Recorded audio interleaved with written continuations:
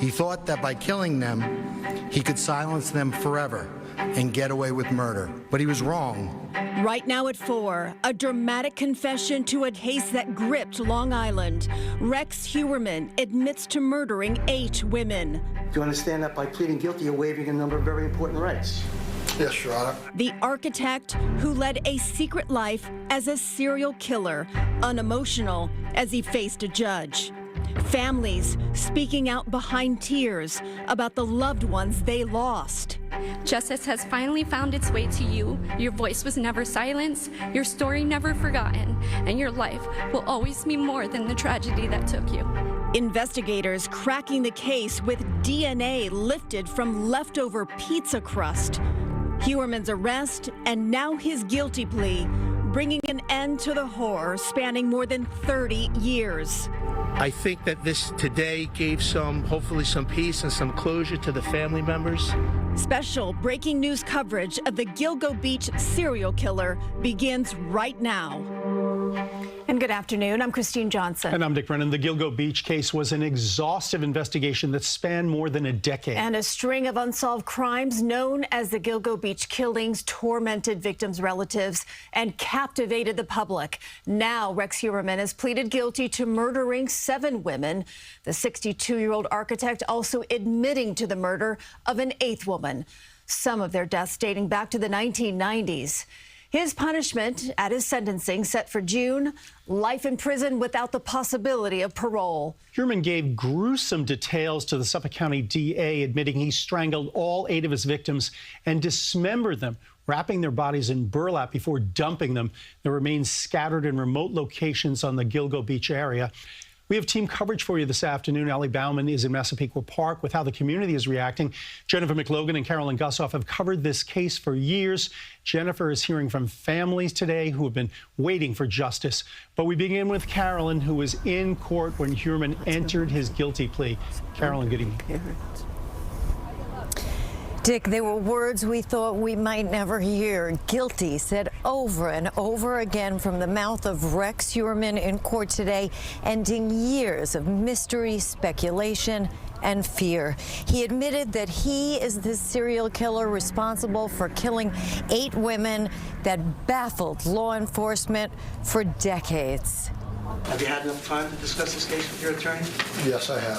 After discussions with your lawyer, you feel it's in your best interest to plead guilty rather than go to trial? Yes, Your Honor. Carolyn. Inside the packed courtroom, just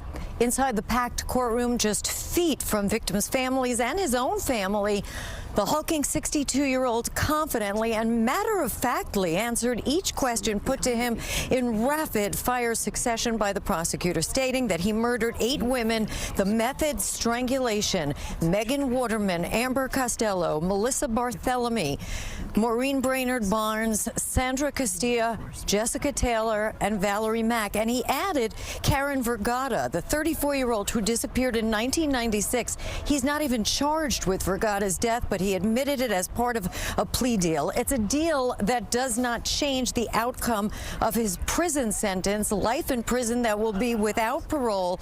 But no one else will be prosecuted for these crimes. And he did agree to cooperate with FBI behavioral analysts. In other words, people who study the minds of serial killers. This defendant walked among us, play acting as a normal suburban dad, when in reality, all along, he was obsessively targeting innocent women for death. There came a point in this defense where Rex said, I want to plead guilty. And it was at that point when we really had an objective of protecting his interests. He certainly wanted to save the families of the victims, the ordeal of going to trial, and coupled with saving his family that ordeal. My thoughts and prayers are with the victims and their families. Their loss is immeasurable, and the focus should be on them at this time and moment.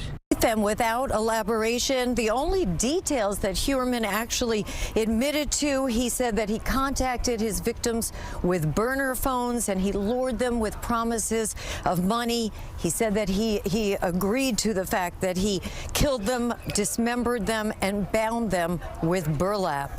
Heuermann will be sentenced on June 17th, and his attorney says that he does expect him to say a few words in open court. He will be serving 3 consecutive life terms without the chance of parole and another 4 consecutive 25 years to life. So obviously never will see the light of day. The district attorney says this was not a plea deal in the formal sense, in that he will not be receiving anything in exchange. And the DA also made a point that any suggestion that all these years that these victims were forgotten, he said nothing could be further from the truth, that this was years in the making and a cast of more than 1,000 people who brought Rex Heuermann to justice. And now joining me is Jennifer McLogan, my colleague here on Long Island for so many years. We have both covered this, Jennifer. Unbelievable that we're standing here today with a guilty plea. Did you ever think that he would plead guilty? I mean, it's not common that a serial killer goes down without a fight. And to just cave in, what do you think changed his mind? Well, excuse me, it's windy out here. He's so full of himself, as we discussed before. I can't imagine that he's doing this to spare the victims' families, although that is what he's purporting is his reason. We kind of were discussing this before among you and I and some of our colleagues, that perhaps he's sick of being in solitary confinement and wants to get into a real prison. Right, it's hard to believe, but actually the Suffolk County Jail, he's got less time or more time in solitary than upstate. That could be part of it. Yeah, they wanted to keep him from the other the rest of the population. Inmates, yeah. Also, his daughter and his ex-wife, maybe he wanted to spare them, but the sad part is now the victims' families won't be able to hear him publicly. That's true. Acknowledge and confess. That's definitely a point, that some of these details, I mean, we saw in the planning document, I mean, just such diabolical details of how he planned this and carried it out, that maybe he really didn't want some of these details revealed. It's hard to imagine that somebody like this would have a conscience. Now, I don't know if you'd call it a conscience, or have any sense of not wanting to be embarrassed, but didn't want embarrassing details revealed, perhaps. Perhaps, but I know he has talked before with some of the people who visited him, of 1 or 2 friends, and they felt that he likes to be the top cheese, and maybe that will happen if he gets to prison and gets into the general population.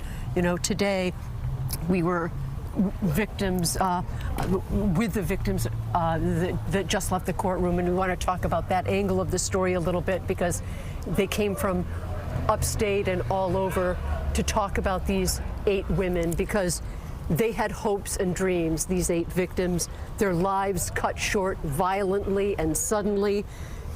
Families waiting for resolution, waiting years for justice. It was so very sad. It began so painfully for them with today's guilty plea.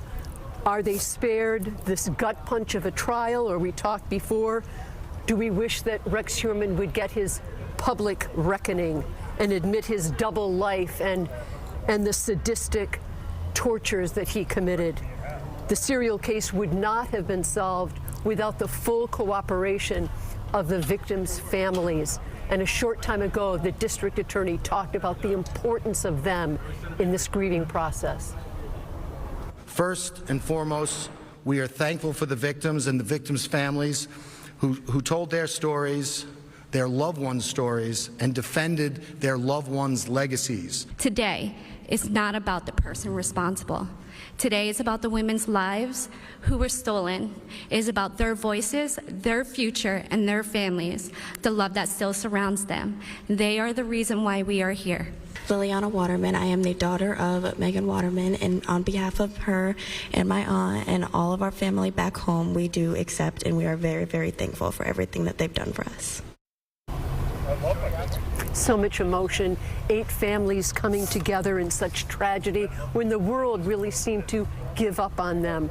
But of course, law enforcement did not, and they feel that this is a day of great pride for them, with hopes that other cold cases could still be solved. We discussed the fact, Carolyn, that there are still other cases out there. The district attorney said for sure Rex Heuermann is the only one responsible for these 8. No one else will be tried for these 8, but there are still other cases that could be brought up. That's right. That's right. When you know, there were 10 sets of remains found at near Gilgo Beach, and now he's admitting to responsibility of really 7 of them, because an 8th was not left at Gilgo Beach. So there's still a couple of remains there. You know, and we know that in his early days, 1993 to 1996, he was elsewhere. He was far on the East End, and he was upstate, so we just don't know. Right. So, right, quite a monumental day, as will be June 17th when he is sentenced. And Carolyn, really want to ask you, a lot of you have watched this case decades now, okay? And critics have said it was botched pretty badly for a long time. What would have been the turnaround, tipped the scale for investigators? Was there a moment, was there a point where someone said, hey, we got to do it this way? Well, yeah, I mean, maybe several turning points. Yeah, several turning points in bringing together, a task force. I mean, certainly when leadership changed at the Suffolk Police Department, the FBI was brought in, but that was still many years ago. But if you remember, Jennifer, there was a state police trooper who was going over cold case files and who discovered a vehicle, a strange vehicle, a unique vehicle, a green Chevy Avalanche that one of the victim's roommates recalled seeing. The person who picked her up, this escort, and that someone night, had bungled that from the beginning, because that evidence had been right there all along. And then in a file. When Rodney Harrison and others took over the case and brought in the FBI, and there was then cooperation with state, federal, and local authorities, they said, yes, this is such an important clue, and they were able to get to him. Right, so that Chevy Avalanche, that was such a unique vehicle that was seen so many years ago, actually is the same make and model that Rex Heuermann drove.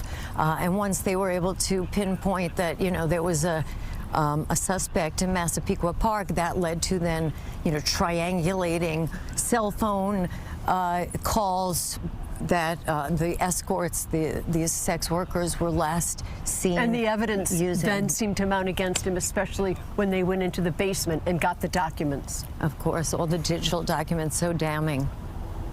Carolyn and Jennifer, thank you both for your perspectives. We're going to continue our coverage now. These guilty pleas also offer some closure for people who live in Heuermann's Nassau County neighborhood. Allie Bauman continues our coverage live from Massapequa Park. Allie, what can you tell us?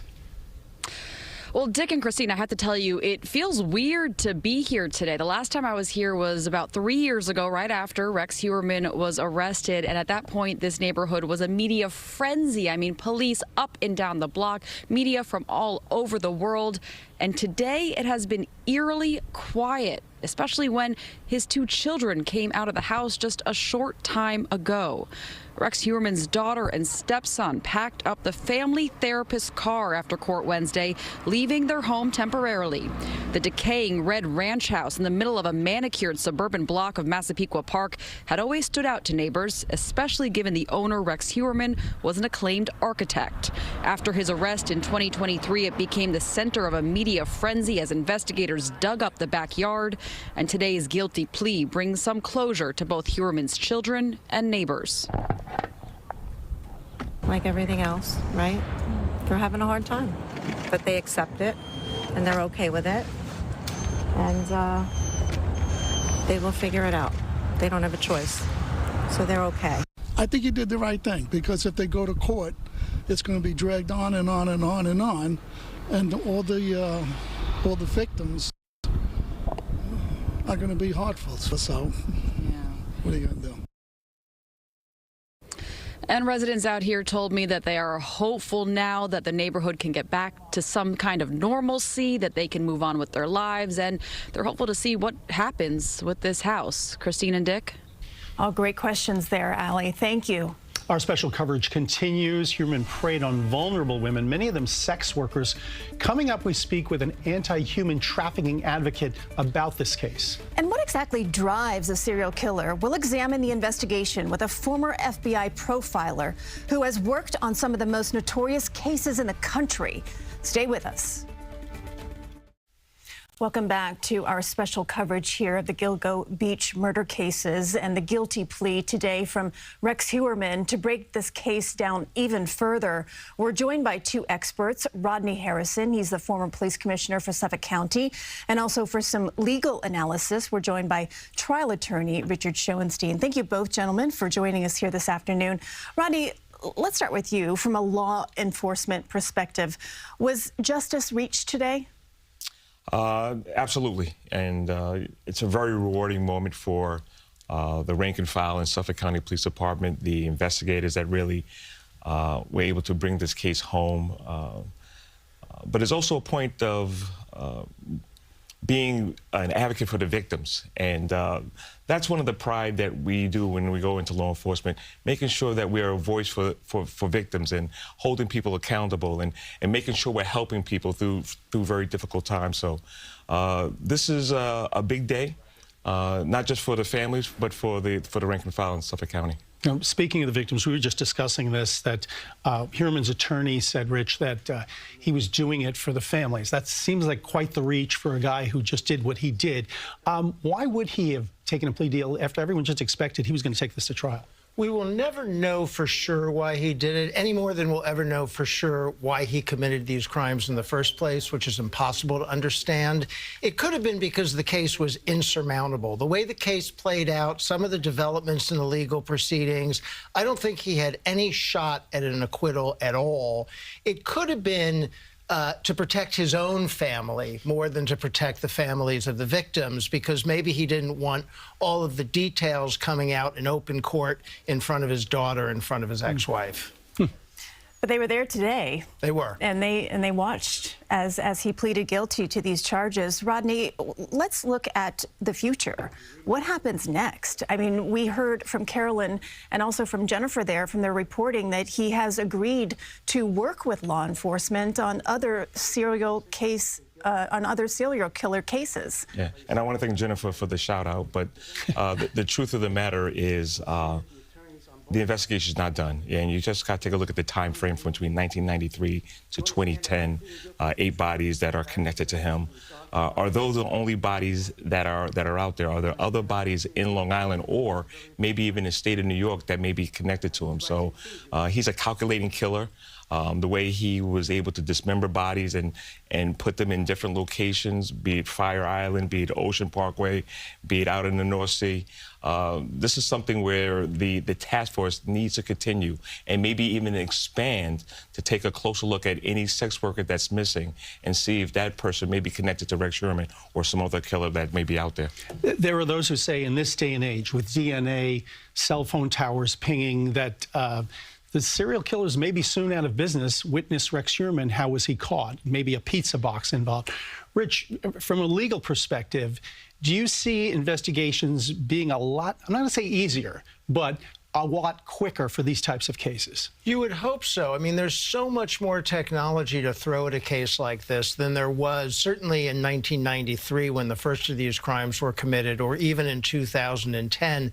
You think about this case, though, it involved dogs finding body remains. It involved finding evidence on thrown-out pizza crust. I mean, some of this was technology, but a lot of it is good old-fashioned footwork by dedicated people doing their job, tracking down clues.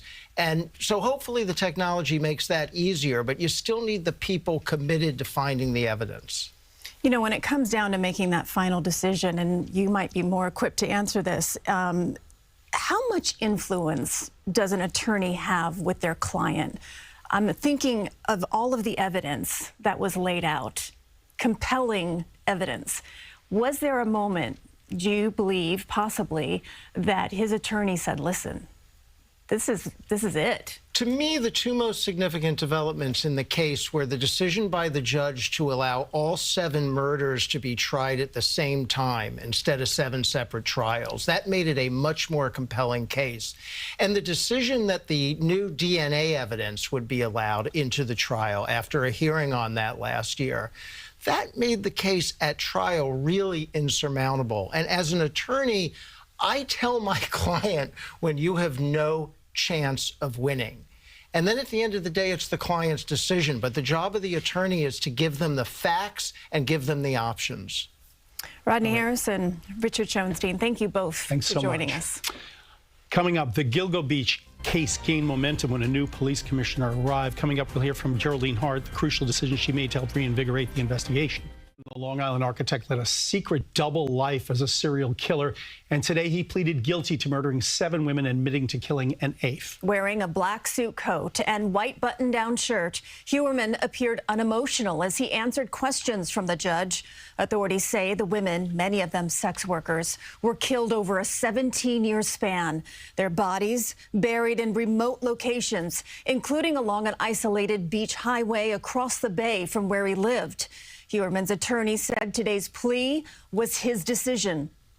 Attorneys, we've counseled him, we've advised him, but that decision is ultimately up to the defendant. He controls his case, and that's his prerogative, that's his right, and that's what happened here today. Following his plea, families of the Gilgo Beach victims spoke out. Melissa Kahn, the sister of Maureen Brainerd Barnes, says today wasn't about Heuermann, but about the lives taken and the legacy left behind. Today is not about the person responsible. Today is about the women's lives who were stolen. It is about their voices, their future, and their families, the love that still surrounds them. They are the reason why we are here. This has been a long journey of hope that one day we would stand here and say her name with justice beside it. Heuermann will be sentenced in June to life in prison without the possibility of parole. We know for years now the name Gilgo Beach has been synonymous with the horrific and unsolved murders of young women. Ali Bauman takes a look at the many twists and turns in this case that really gripped the country. Our story begins with Shannon Gilbert. In May of 2010, the 23-year-old sex worker disappeared one night after making a frantic 911 call. Somebody out there. Where are you, ma'am? I don't know. She had been at a client's home on Long Island, she told the operator, and believed someone was after her. Gilbert was never seen alive again. This case has haunted us all for years. Along with her determined family, police spent 7 months searching Suffolk County for the missing woman, until finally, canine units found human remains near Gilgo Beach. But it wasn't Shannon Gilbert, rather the bodies of 4 other women. Maureen Brainerd Barnes, Amber Costello, Megan Waterman, Melissa Bartholomew, soon coined the Gilgo 4. All were petite, in their 20s, and had been working as online escorts before disappearing. It fits within the known definition of what a serial killer would be. Investigators widened their search. We're basically looking for anything that nature did not put there. I can remember covering the search near Gilgo Beach in the dead of the winter, and it was frightening to be down there. You know, we'd be there in the dark and you didn't know who to trust. By the following spring, they had found 6 more sets of human remains in the Gilgo Beach area. 10 total victims, some of their deaths dating back to the 1990s. Investigators were stumped. Was this the work of one serial killer or many? This is evil. This is an evil place. In December 2011, police found Shannon Gilbert's body in a marsh miles away from Gilgo Beach. Her death was ruled an accidental drowning. If they started the search early and continued it longer than they did the first time, we would have found her sooner. And this case would be so much farther ahead. Still no closer to uncovering the truth, the Gilgo investigation stalled. The victims' families were very frustrated because of the infighting. They felt that the FBI, Suffolk police, county police, sheriff's department. They were now all on the same page. They were all fighting with each other over territory. Then Suffolk Police Chief James Burke had blocked the FBI from the case. They did not join the investigation until 2015, after Burke was indicted on unrelated conspiracy charges, releasing his stranglehold on the police department. Still, progress was slow. Through the years, I would say law enforcement did not lose hope, but citizens did. The mystery took a turn in February 2022. A new Suffolk County Police Commissioner, Rodney Harrison, formed a task force devoted to cracking the case. We are making real progress. 1 year later, the summer of 2023, police took Rex Heuermann into custody, charged with the murders of Melissa Bartholomew, Megan Waterman, and Amber Costello. The 59-year-old married father of two was an acclaimed Manhattan architect. I think it's taught me more about how to understand people. Investigators searched his decaying home, right in the middle of a manicured Massapequa Park neighborhood. When you found out that your neighbor here was arrested for this, what did you think? It was a shock, but he was a weirdo, you know. Leading to the arrest, the task force had unearthed clues from a decade prior, including descriptions from Costello's former roommate of an ogre-like man driving a Chevy Avalanche, the same car that 6'4" Heuermann drove. Working with the FBI, investigators traced the burner phone that was used to contact the Gilgo Four back to a cell tower near Massapequa Park. While detectives were tailing their suspect, the smoking gun came in the form of a pizza box that Heuermann had thrown into a Midtown Manhattan trash can.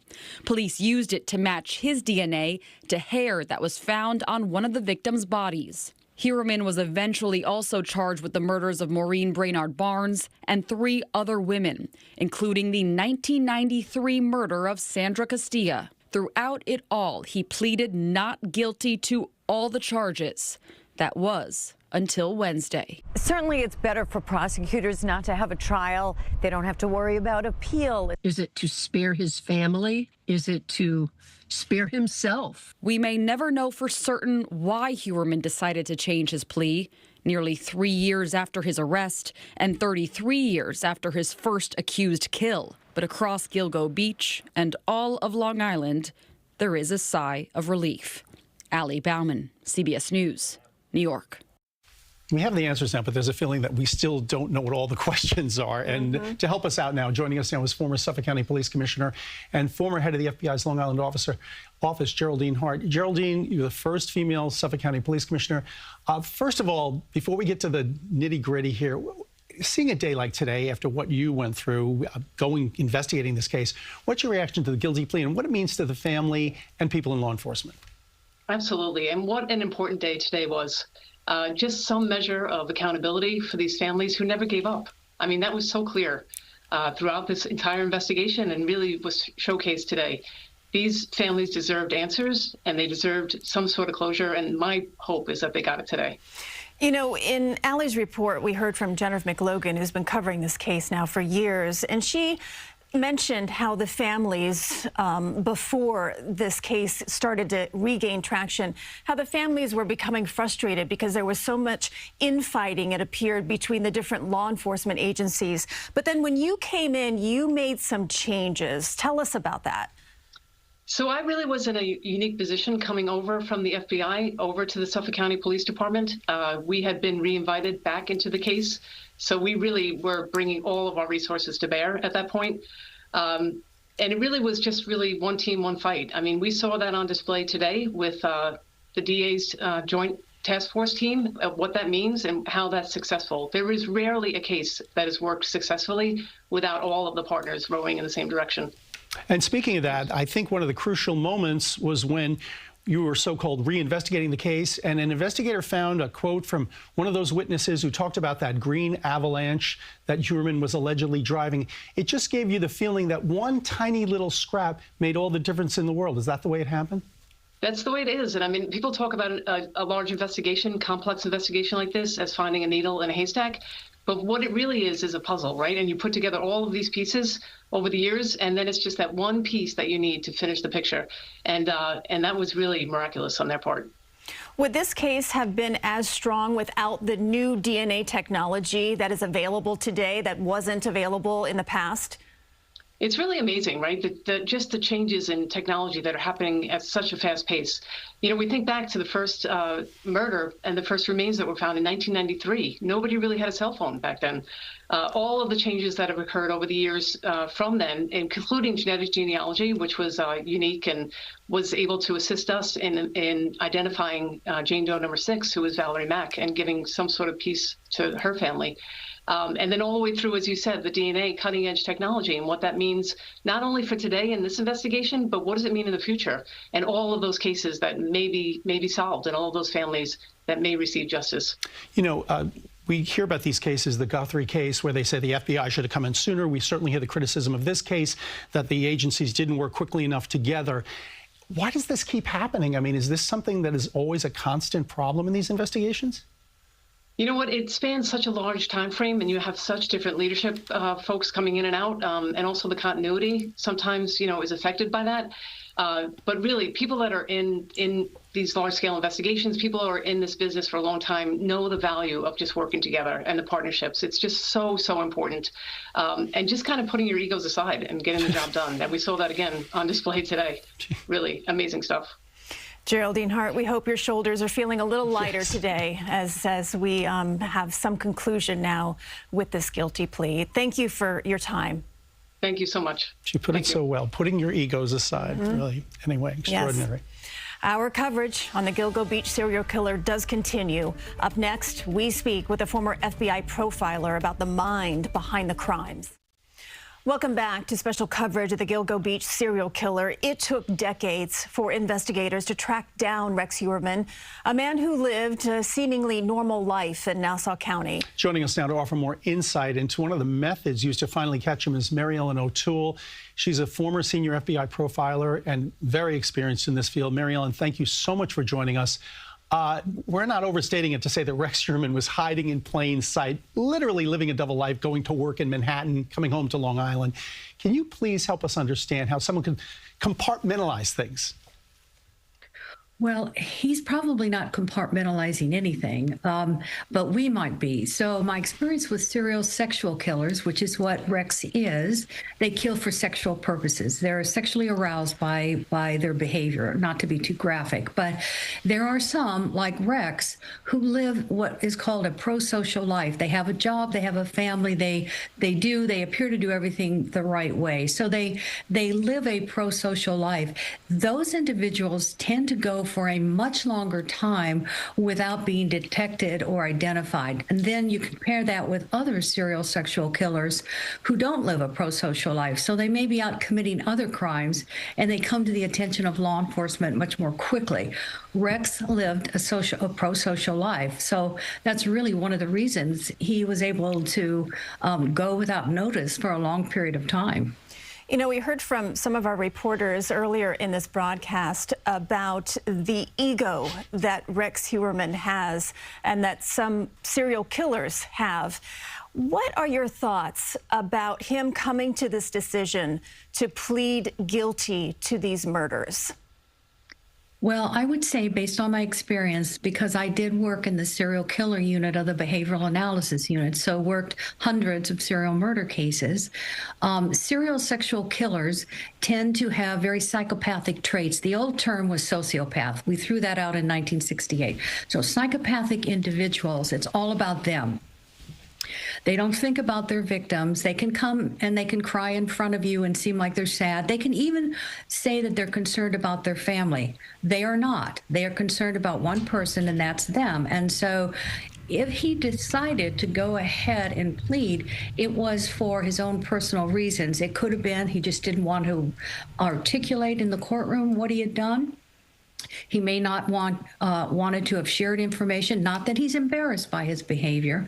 It could have been that he's reserving that information for later on, but it should not be confused with him caring about the victims or even caring about his family. It's all about Rex. That's really interesting. Yeah, and Mary Ellen, the other thing I think a lot of people are thinking about is not only that there may be more victims out there, but there may be more Rex Heuermanns out there. Based on your experience, do you get the sense that because of the greater law enforcement techniques, it's a lot harder to get away with this stuff? It is, and we've seen a decline in serial murder really since the 90s, and it's really been replaced, unfortunately, by mass shootings. So, but I think one of the reasons that we've seen a decline in these cases is because we have such advanced forensic science, which identifies them much sooner. You know, we said earlier that he agreed to help law enforcement with other serial killer cases. Do you feel as though that he is open to that, and will he do it willingly and actually truthfully? Great question. He will do it willingly because it's part of the plea agreement. Will he be truthful? Psychopaths are part of their personality is that they are pathological liars. So they lie about everything. So the agents will have a challenge. I know the agents, they will do a great job. When I've interviewed serial killers, what you think will be an hour interview can turn into 3 weeks because they will completely turn around their story the day after they tell it to you. So they will be patient, they will persevere, and they will go over all the documents with Rex, and they will point out all the inconsistencies.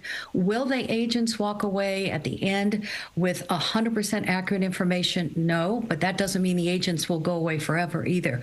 They will stay in touch with him to make sure they can identify any other victims. And there are other victims out there. That is the most frightening part of this whole thing. Mary Ellen O'Toole, thank you so much for giving us your expertise. It is really appreciated. You're welcome. Rex Heuermann has pleaded guilty to murdering 7 women and admitting to killing an 8th. This afternoon, we remember the women, the victims at the center of the case, each with a story, each deeply missed by the people who love them. Sandra Castalia was 28 years old, a woman from Trinidad and Tobago, whose life ended far from home. Maureen Brainerd Barnes, a 25-year-old mother of 2 from Norwich, Connecticut. She worked to keep a roof over her family's head, returning to sex work after falling behind on bills. Melissa Bartholomew, 24 years old from Erie County. She was living in the Bronx at the time and just trying to make ends meet. Megan Waterman, 22 years old from Maine, a mother to a 3-year-old daughter at the time, whose family grew worried when she suddenly stopped checking in. And then Amber Costello, 27, from West Babylon. Her family believed that she was in treatment and didn't know that she was missing until it was too late. Valerie Mack, 24, living in Philadelphia, a mother whose disappearance was never reported after a life that included time in foster care. And Jessica Taylor was 20 years old, living in Manhattan when her life was ultimately cut short by a monster, Rex Heuermann. And today we learned of Karen Vergata, 34, from Manhattan. She went unidentified for nearly 3 decades, known only as Jane Doe, until science helped identify her. 8 women, not just victims, but daughters, mothers, and people who mattered. And their family that we saw today, just extraordinary. Stay with us for continuing coverage on the Gilgo Beach serial killer's guilty plea. You can also see a full timeline of events at our website, cbsnewyork.com.